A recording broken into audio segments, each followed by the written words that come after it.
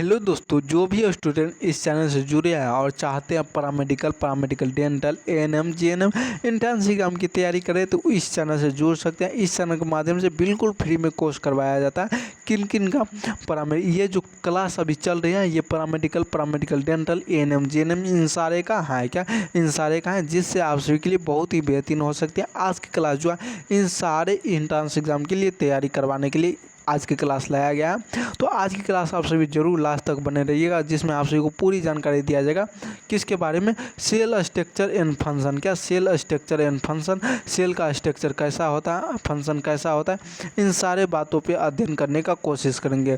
तो आप सभी इस चैनल से बने रहिएगा, लास्ट तक देखने का कोशिश करिएगा। ये बायोलॉजी का 3rd चैप्टर है। कितना ये जो है बायोलॉजी का लगभग 3rd 4th चैप्टर पे पहुंचने वाले हैं। आप सभी अभी तक पिछले क्लासों की तुलना में नहीं किया है तो जाके सबसे पहले आप सभी पिछले का क्लास करिए, जिससे आप सभी को आगे क्लास समझने में बहुत ही आसानी हो सकती है। बहुत ही कम समय का लेक्चर है तो आप सभी को देखने में बहुत ही कम समय लगेगा, तो कोशिश है आप सभी पूरी लेक्चर करके आगे करने का कोशिश करिए। तो आज की क्लास में आप सभी जानेंगे सेल स्ट्रक्चर एंड फंक्शन, तो आप सभी डेली जुड़ने का कोशिश करिए। तो चलिए थ्योरी क्लास शुरुआत करते हैं। तो आज की क्लास में क्या सेल स्ट्रक्चर एंड फंक्शन के बारे में जानने का कोशिश करेंगे। यही सेल का क्या फिगर है, ये प्लांट और एनिमल ये इन दोनों का है। तो आप सभी इस चैनल से अभी तक नहीं जुड़े हैं तो जुड़ जाइए, जिससे आप सभी के लिए बेहतरीन हो सकती है। तो चलिए सबसे पहली जो टॉपिक होती है सेल क्या होती है, सबसे पहले आप सभी पढ़ने जा रहे हैं सेल के बारे में। तो कोशिश करते हैं सेल क्या होते हैं उनको समझने का कोशिश करते हैं। तो यहाँ पे आप सभी को देखने को मिलता होगा क्या सेल जो होती हैं कोशिका, ये जीवन की सबसे छोटी संरचनात्मक एवं कार्यात्मक इकाई होती हैं। ये जो सेल जो होती हैं संरचनात्मक एवं क्रियात्मक, मतलब कि इसका संरचनात्मक एवं क्रियात्मक, क्रिया करते रहेगा संरचना बनते रहेगा, इन दोनों का काम क्या रहती है, सेल का काम होती है।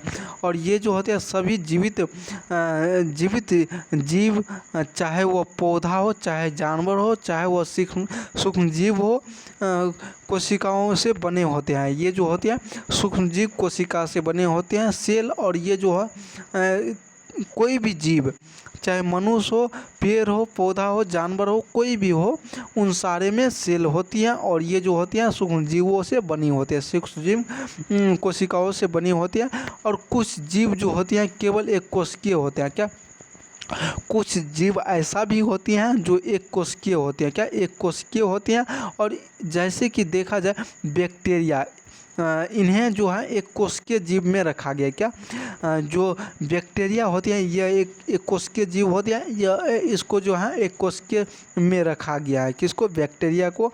और वहीं पे अगर कुछ जीव को देखा जाए तो कई कोशिकीय होती हैं। क्या एक से अधिक कोशिकीयों के बने होते हैं। जैसे देखा जाए मनुष्य और पेड़ पौधा जो होती है जिन्हें बहुकोशिकीय जीव कहा जाता है। क्या पेड़ पौधा जो होती है, मनुष्य जो होती है, ये बहुकोशिकीय जीवों से बनी होती हैं। क्या बहुकोशिकीय जीवों से बनी होती है, इसीलिए इन्हें क्या कहता है, बहुकोशिकीय कहा जाता है। एक से अधिक सेलों से बना हुआ रहता है। आगे देखा जाए सेल जो होती हैं सेल, इनका जो खोज जो किया था रॉबर्ट हुक ने किया था। कौन किया था, रॉबर्ट हुक ने। कब किया गया था, 1665 में किया गया था। कब किया गया था, 1665 में की थी। जब उन्होंने देखा, क्या रॉबर्ट हुक ने देखा कॉर्क को, कॉर्क आप सभी जानते हैं। और कॉर्क को देखने के बाद वो देखा कि मधुमक्खी का जो छाती होता है उनके संरचने की तरह ही देखा गया किनको, कोशिकाओं को, सेल को। तो नाम दे दिया गया सेल। क्या सेल दे दिया गया। जब देखा कि स्ट्रक्चर उन्हीं के जैसा है, कॉर्क के जैसा है, मधुमक्खी की संरचना के जैसा है, तो उन्हीं को नाम क्या दे दिया गया, कोशिका, सेल जिसको बोलते हैं। इनके बाद आती हैं सेल थ्योरी। क्या कोशिका सिद्धांत, सेल थ्योरी। कोशिका सिद्धांत दो वैज्ञानिक स्लाइडन और स्वान दोनों मिल के दिया था। क्या ये जो होती है कोशिका सिद्धांत, सेल थ्योरी, ये दोनों वैज्ञानिक ने मिल के दिया था। स्लाइडन एवं स्वान दोनों ने मिल के दिया गया था, जिसमें देखा जाए सभी जीवित जीव जो होती हैं या एक या अधिक कोशिकाओं से बने होते हैं। सभी जीवित जीव जितना भी जीवित जीव है ये जो होते हैं एक या एक से अधिक कोशिका, मतलब एक कोशिकीय और बहुकोशिकीय कोशिकाओं से मिलकर बने होते हैं। और कोशिका जीवन जो होते हैं मूलभूत इकाई होते हैं। कोशिका का जो है सेल का जीवन मूलभूत इकाई है। अगर देखा जाए सभी कोशिका पहले महजूद कोशिकाओं से बनी होती है। क्या पहले से जो महजूद कोशिका होती है उन्हीं से बना हुआ रहता है क्या कोशिकाएं। और इनके बाद देखने को मिलेगा कोशिका का घटक। क्या कंपोनेंट्स ऑफ सेल का कितना कंपोनेंट्स होता है। तो सामान्य कोशिकाओं का 3 मुख्य घटक होता है। क्या 3 मुख्य घटक होता है किसका, सेल का। कंपोनेंट कितना होता है, 3 होता है। सबसे पहला जो कंपोनेंट होता है सेल मेम्ब्रेन होता है। क्या सेल मेम्ब्रेन होते हैं, जिसको क्या बोलते हैं, कोशिका झिल्ली बोलते हैं। यह कोशिका की सबसे बाहरी परत होती है। क्या कोशिका झिल्ली जो होती है सेल के कोशिका के बाहरी परत होती है। क्या होती है, बाहरी परत होती है जो कोशिका के अंदरूनी और बाहरी वातावरण को क्या करता है, अलग करता है। सेल के बाहरी वातावरण और अंदरूनी वातावरण को दोनों को क्या करता है, अलग करने का काम किसका होता है, कोशिका झिल्ली का। और इसे चयन पारगम्य झिल्ली बोलता है। क्या इनको जो है कोशिका झिल्ली को क्या बोलता है, चयन पारगम्य झिल्ली बोला जाता है, कहा जाता है। और क्योंकि ये जो होते हैं केवल कुछ चुनिंदा पदार्थों से कोशिका के अंदर और बाहर जाने देती हैं। क्या ये जो होते हैं बहुत ही कम, यानी कुछ ही चुनिंदा पदार्थों को क्या कहता है, बाहर अंदर जाने की क्षमता रखते हैं। किसके माध्यम से, कोशिका झिल्ली के माध्यम से। और इसका मुख्य कार्य क्या होते हैं कि आकार और सुरक्षा देना। क्या इनका काम होता है, क्या कोशिका झिल्ली का काम होती है आकार और सुरक्षा देना। और पौधों और कवक जैसी कुछ कोशिकाओं में जो होती हैं कोशिका झिल्ली जो होती है बाहर एक और कठोर पदार्थ होती है। क्या बाहरी की और जो होती हैं कठोर पदार्थ होते हैं, जिससे क्या होते हैं कोशिका भित्ति, सेल वाल कहते हैं। क्या बाहरी जो परत होती हैं जो कठोर होते हैं उनको क्या बोलते हैं, कोशिका भित्ति, सेल वाल। क्या सेल वाल।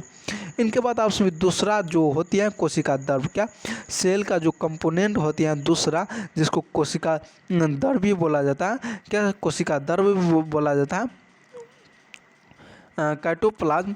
तो ये जो होती है एक जेली जैसी तरल पदार्थ होती है। क्या जेली जैसे तरल पदार्थ होते हैं जो कोशिका झिल्ली के अंदर भरा हुआ रहता है। किसके अंदर भरा रहता है, कोशिका झिल्ली। अभी यह पढ़े हैं इनके अंदर जेली जैसे ये जो होते हैं कोशिका द्रव तरल पदार्थ होते हैं जेली जैसा। और ये कोशिका झिल्ली के अंदर होती है, क्या रहती है, अंदर होती है।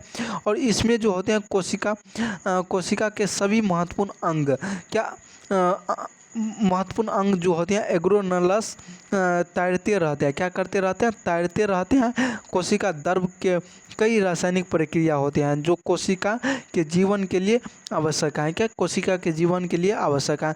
आप सभी को इमेज के माध्यम से दिखा दिया कि कोशिका द्रव जो होती हैं, कोशिका द्रव जो कोशिका झिल्ली के अंदर क्या करते रहते हैं, तैरते रहते हैं। क्या करते रहते हैं, तैरते रहते हैं। इनके बाद होती है केंद्रक। क्या तीसरा पॉइंट जो होती है केंद्रक। क्या कंपोनेंट, सेल का जो कंपोनेंट होते हैं केंद्रक, न्यूक्लियस, ये जो होती है कोशिका के नियंत्रण केंद्र। क्या नियंत्रण केंद्र जो होते हैं कंट्रोल सेंटर। केंद्र को क्या बोला जाता है, कंट्रोल सेंटर बोला जाता है। क्या कंट्रोल सेंटर मतलब कि कंट्रोल करने वाला, जो सेंटर पे जो होते हैं नियंत्रण केंद्रक, मतलब कि पूरा केंद्र करके रखता है सेल पे, उनको क्या बोलता है, कंट्रोल सेंटर केंद्रक को। और ये जो होती है आमतौर पे कोशिका के बीच स्थित रहता है। केंद्रक मतलब आप सभी जानते हैं सेंटर पे। क्या केंद्रक मतलब आप सभी जानते हैं सेंटर पे। और ये जो होते हैं सेंटर मतलब कि बीच में, मतलब कहाँ, ये जो मान लो वलय है तो इनके बीच में क्या रहती है, केंद्रक होते हैं। क्या होती है, केंद्रक होते हैं, जिसको क्या बोलते हैं, कंट्रोल सेंटर बोलते हैं। किनको, केंद्रक को, जिसको न्यूक्लियस बोलते हैं। ये किसके अंदर होती है तो आप सभी जानते हैं की कोशिका भित्ति। और आगे देखा जाए यह आनुवांशिक सामग्री यानी कि डीएनए को रखता है। ये जो होती है केंद्रक किसको रखता है? डीएनए को रखता है, जिसको क्या बोलते हैं? आणविक सामग्री बोलते हैं, क्या? जेनेटिक मटेरियल बोलते हैं। और इसीलिए डीएनए कोशिका जो होते हैं सभी कार्यों को नियंत्रित करता है। डीएनए क्या करता है? सभी काम को नियंत्रित करता है, सभी कार्यों को क्या करता है? नियंत्रित करता है। कौन? डीएनए। और डीएनए का चैप्टर आएगी तो उसमें बेहतरीन तरीक़ा से डीएनए के बारे में बताया जाएगा। ये भी निर्धारित करता है, केंद्रक जो है ये भी निर्धारित करता है कि किसी कोशिका कैसे दिखेगी और क्या कार्य करेगी। डीएनए का काम क्या होती है? डीएनए का काम क्या होता है? आनुवांशिक सामग्री का काम क्या होता है? कोई भी कोशिका जो है कैसी दिखेगी, क्या कैसी दिखेगी और क्या क्या कार्य करेगी, वो कौन से किस पे निर्भर रहते हैं? डीएनए पे, आनुवांशिक सामग्री पे। इनके बाद अगला जो होती है कोशिका के प्रकार, टाइप ऑफ सेल। कोशिका के प्रकार कितने प्रकार के होते हैं? तो संरचना के आधार पर अगर देखा जाए तो कोशिका 2 प्रकार के होते हैं। क्या? सेल जो होते हैं 2 प्रकार के होते हैं। पहला प्रकार होता है प्रोकैरियोटिक और दूसरा प्रकार क्या होता है? यूकैरियोटिक। क्या? यूकैरियोटिक और दूसरा पदार्थ क्या होता है? यूकैरियोटिक। पहला पदार्थ क्या होती है? पहला जो प्रकार होती है ये प्रोकैरियोटिक होता है। अब जानने का कोशिश करते हैं प्रोकैरियोटिक और यूकैरियोटिक क्या होता है। तो प्रोकैरियोटिक मतलब देखने को मिलता होगा इन कोशिकाओं में जो होती है इन कोशिकाओं में जो होते हैं एक सुव्यवस्थित क्या वेल डिफाइंड न्यूक्लियस नहीं होता, वेल डिफाइंड न्यूक्लियस नहीं होता प्रोकैरियोटिक में। और इसमें जो होती है यूकैरियोटिक में एक वेल डिफाइंड न्यूक्लियस होती है, मतलब सुव्यवस्थित केंद्रक होती है यूकैरियोटिक में। और इसमें देखा जाए आगे अगला प्रोकैरियोटिक में इनमें केंद्रक झिल्ली नहीं होता है। क्या? इनमें केंद्रक झिल्ली न्यूक्लियर मेम्ब्रेन नहीं होता है प्रोकैरियोटिक में। और आगे आपका है यूकैरियोटिक, इसमें जो है केंद्रक झिल्ली होती है, यूकैरियोटिक में होती है और प्रोकैरियोटिक में नहीं होती है। क्या? नहीं होती है। इनके बाद देखने को मिलेगा आनुवांशिक सामग्री डीएनए जिसको बोलते हैं कोशिका द्रव की बिखरी रहती है। क्या? कोशिका द्रव में बिखरी रहते हैं। प्रोकैरियोटिक जो है प्रोकैरियोटिक ये जो होती है आनुवांशिक सामग्री डीएनए जिसको बोलते हैं ये कोशिका द्रव में क्या बिखरी हुई रहती है, मतलब कि बिखरी हुए रहते हैं। जैसे किसी क्लास में आदमी उपस्थित है और छुट्टी होती है तो सारे विद्यार्थी अपने अपने घर जाते हैं तो ये क्या हो गया? बिखर गया, मतलब समझ गए? बिखर गया। तो ये क्या हो गया? प्रोकैरियोटिक में कोशिका द्रव के अंदर जो डीएनए उपस्थित रहते हैं, डीएनए कोशिका द्रव में बिखरी हुई रहती है। क्या? बिखरी हुई रहती है। इनके बाद अगला टॉपिक क्या है? इनमें झिल्लीबद्ध कोशिका अंगक, क्या? मेम्ब्रेन बाउंड और ऑर्गेन्स क्या भी नहीं होता है। इसमें जो होती है झिल्लीबद्ध कोशिका अंगक भी नहीं होता है, किसमें? प्रोकैरियोटिक में। और निचला जो है यूकैरियोटिक, इसमें अगर देखा जाए झिल्लीबद्ध कोशिका अंग होते हैं जो अलग अलग कार्य करता है। क्या? यूकैरियोटिक में होती हैं और ये इसका काम क्या होती है? अलग अलग काम करना। उदाहरण के लिए देखा जाए पौधा और जानवरों की कोशिका में यूकैरियोटिक का होना। इनके बाद देखने को मिलेगा और ये जो है प्रोकैरियोटिक, उदाहरण के लिए देखा जाए तो जीवाणु। क्या? जीवाणु जिसको क्या बोलते हैं? बैक्टीरिया बोलते हैं। क्या बोलते हैं? बैक्टीरिया बोलते हैं। अगला टॉपिक आता है सेल का अंग। क्या? सेल और ऑर्गेन्स, कोशिकाओं का अंग। क्या? Cell organs. ये जो कोशिका द्रव जो होती है कोशिका द्रव में मौजूद छोटे अंग होते हैं। क्या? कोशिका के अंग में कोशिका द्रव में जो होती है मौजूद छोटे अंग में होते हैं और ये जो होते हैं विशिष्ट कार्य करता है। कोशिका के अंग जो होती है कोशिका द्रव में विशिष्ट कार्य करता है।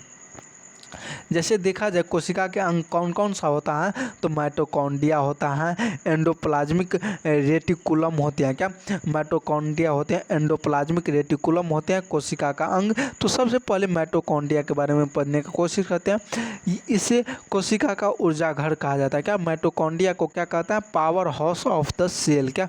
Of the cell, power house of the cell कहते हैं। और ये क्या करता है? भोजन से ऊर्जा उत्पन्न करता है। क्या? एटीपी उत्पन्न करता है। कौन एटीपी उत्पन्न करता है? एटीपी उत्पन्न करता है भोजन से, माइटोकॉन्ड्रिया।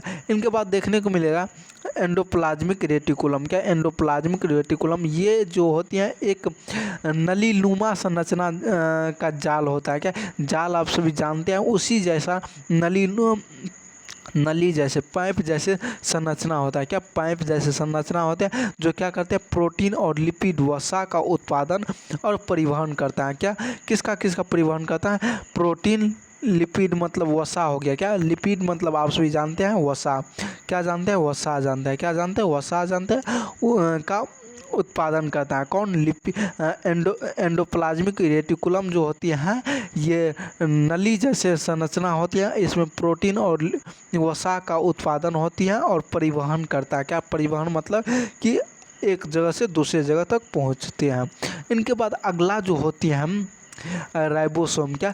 अगला जो होती है राइबोसोम। पहला क्या पढ़े? माइटोकॉन्ड्रिया। दूसरा एंडोप्लाज्मिक रेटिकुलम। क्या? कोशिका के अंग में, क्या कोशिका के अंग में पढ़े माइटोकॉन्ड्रिया, एंडोप्लाज्मिक रेटिकुलम। इनके बाद आप सभी पढ़ रहे हैं राइबोसोम। क्या? राइबोसोम।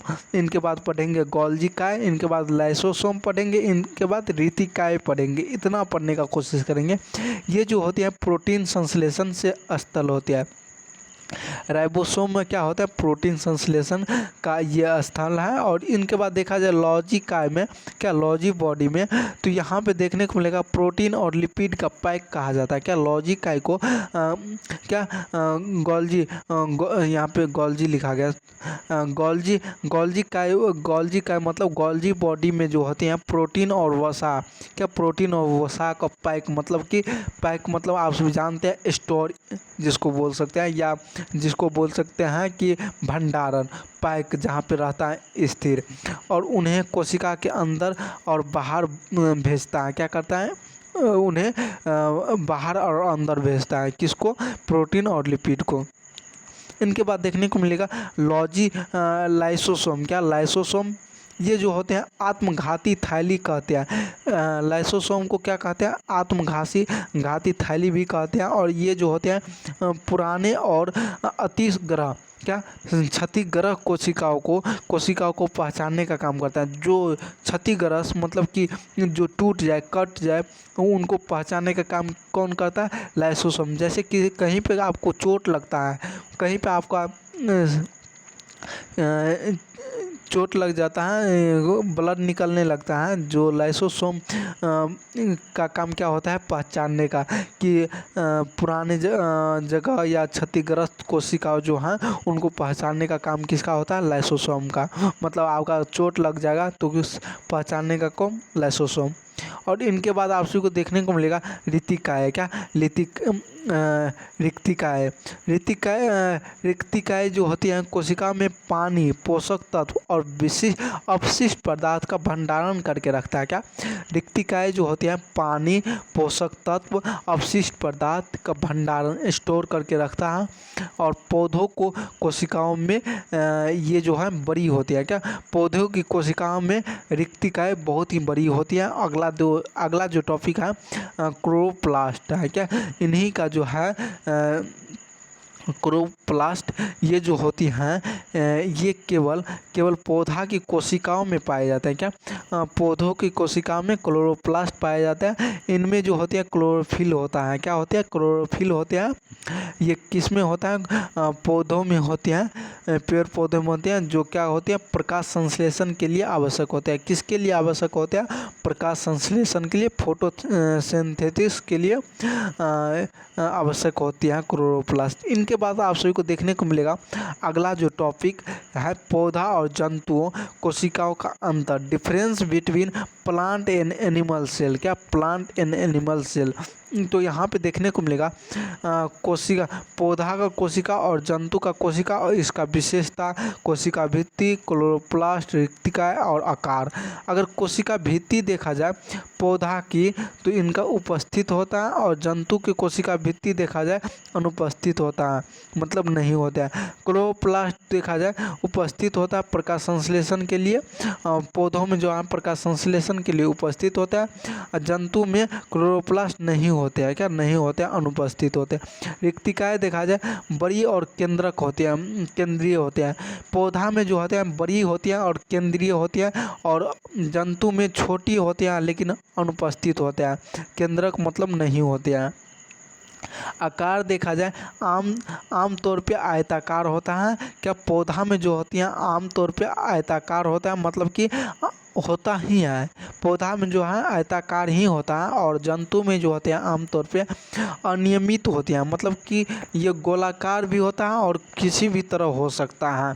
तो इतना रहा आप सभी का आज के क्लास का, जिसमें आप सभी पढ़ने का कोशिश किए क्या सेल क्या होती हैं, सेल का डिफिनीशन जानने का कोशिश किए, इनके बाद सेल का टाइप जानने का कोशिश किए, सेल का अंग जानने का कोशिश किए, ऑर्गेन्स जानने का कोशिश किए। इनके बाद आप सभी जाने टाइप, इनके बाद आप सभी जाने कि सेल क्या होता है, सेल का कंपोनेंट्स जाने, क्या सेल का कंपोनेंट्स जाने, सेल का कंपोनेंट्स कितना होता है। तो आप सभी जाने तीन का सेल का जो कंपोनेंट्स होता है तीन होता है। सबसे पहला जाने सेल मेम्ब्रेन, दूसरा जाने साइटोप्लाज्म, और तीसरा जाने आप न्यूक्लियस। इतना आप सभी जाने। इनके बाद सेल का टाइप जाने, और इतना आप सभी पढ़ने का कोशिश किए, और सेल क्या होते हैं उनको पढ़ने का कोशिश किए। तो आज का क्लास आप सभी का कैसा लगा, आप सभी ज़रूर कमेंट करके बताइएगा, जिसमें आप सभी सेल का बेहतरीन तरह से जानने का कोशिश किए। अगर आप सभी को कहीं पे कोई परेशानी होता है, कहीं पे कोई प्रॉब्लम होता है, तो आप सभी कमेंट करके ज़रूर बता सकते हैं, जिससे आप सभी के लिए बहुत ही बेहतरीन तरीक़ा से आप सभी के सामने रखा जाएगा। अगली क्लास और भी बेहतरीन हो सकती है। तो आप सभी ज़रूर जुड़ने का कोशिश करिए इस चैनल के माध्यम से, और बिल्कुल फ्री में कोर्स करने का कोशिश करिए। इस चैनल के माध्यम से आप सभी के लिए बिल्कुल फ्री में लाया गया है। तो चलिए आज की क्लास को यहीं पे समाप्त करते हैं। अगली क्लास में आएंगे तो इस पर टॉप 30 क्वेश्चन करने का कोशिश करेंगे।